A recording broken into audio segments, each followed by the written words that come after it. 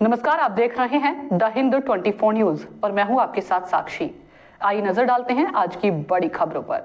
सूरत शहर कांग्रेस समिति ने सूरत पुलिस कमिश्नर को ज्ञापन देकर शहर में देशी विदेशी शराब और नशीले पदार्थों के खुलेआम हो रहे व्यापार पर तत्काल रोक लगाने की मांग की है। कांग्रेस नेताओं ने कहा कि सूरत एक मेट्रो सिटी के रूप में तेजी से विकसित हो रहा है, लेकिन वर्तमान स्थिति में शहर में अपराधों का ग्राफ चिंताजनक रूप से बढ़ रहा है।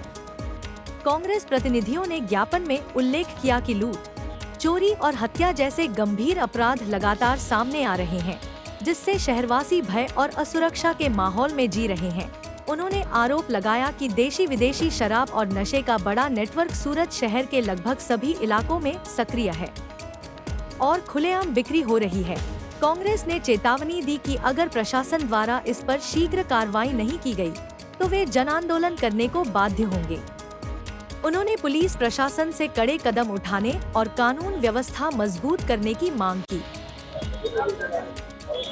हरीशभाई सूर्यवंशी, सूरत शहर सिटी આગેવાન છું। આજે અમારે એ પોલીસ કમિશનર કચેરી એટલા માટે આવવું પડ્યું છે કે ખરેખર જે સુરત અંદર કાયદો અને વ્યવસ્થા પડી ભાંગી છે। આજે ખુલ્લેઆમ છે દારૂનો વેચાણ નશીલા પદાર્થો થઈ રહ્યું છે।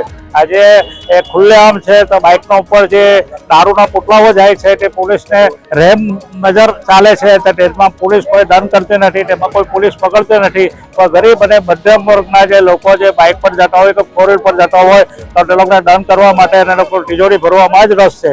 આજે ગુજરાતના અંદર ગુજરાત પોલીસ ખાતાના અંદર 45,000 જેવી મહિલાઓ બહેનો છે કે આજની તારીખમાં ગુમ છે, એનો કોઈ પણ પટ્ટો મળતો નથી। પણ માત્ર ને માત્ર પોલીસને ફક્ત દારૂની હપ્તાગીરી કરવામાં અને નશીલા પદાર્થ વેચવામાં જ રસ છે। તેના માટે અમે પોલીસ કમિશનર સાહેબને 7 દિવસનો સમય આપીએ છીએ કે જો 7 દિવસના અંદર તમે આનો જો નિકાલ યોગ્ય નહીં કરશો તો અમે પ્રજાને સાથે રાખીને અમે જનતા રેડ કરીશું। એની જે કંઈ પણ જવાબદારી બનશે તો આપશ્રીની રહેશે, ગૃહમંત્રીની રહેશે અને ભારતીય જનતા પાર્ટીની રહેશે। देखते रहिए द हिंद 24 न्यूज।